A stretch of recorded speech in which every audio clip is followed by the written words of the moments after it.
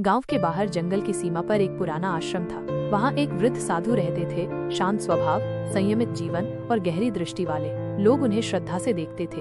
कहते थे, जिसका दुख कोई न समझे, उस पर साधु की दृष्टि पड़ जाए तो राह मिल जाती है। एक दिन गाँव में तेज बारिश और तूफान आया। शाम ढल रही थी और गाँव की एक 19 वर्षीय लड़की अन्वी, जो पास के कस्बे से आ रही थी, रास्ता भटक गई। फोन बंद, सिग्नल नहीं और अंधेरे में डर से कांपती वो उस जंगल तक पहुंच गई। उसे दूर से एक दीपक की रोशनी दिखाई दी। हिम्मत करके वो आश्रम तक पहुंची।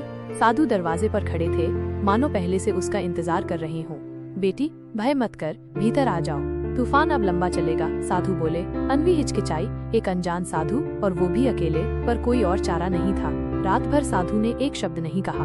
उन्होंने अपने बिस्तर का आधा हिस्सा जमीन पर बिछाया और बोले, तू आराम कर, मैं जप में बैठता हूँ। अन्वी हैरान थी। एक और आज का जमाना, जहाँ भरोसा डगमगाता है, और दूसरी ओर ये साधु, जो उसकी ओर देखे बिना पूरी रात ध्यान में बैठे रहे। सुबह हुई, तूफान थमा। अन्वी ने सिर झुकाकर साधु के पैर छुए और पूछा, आपको मुझसे डर नहीं लगा? साधु मुस्कुराए। बेटी, जिस मन ने औरत को देह नहीं बल्कि जगदम्बा देखा, उसे डर नहीं होता, बस शांति मिलती है। अन्वी की आंखों में आंसू थे। शायद पहली बार किसी पुरुष ने उसे बिना किसी नजर से सिर्फ एक इंसान के रूप में देखा था। वो दिन उसकी सोच बदल गया।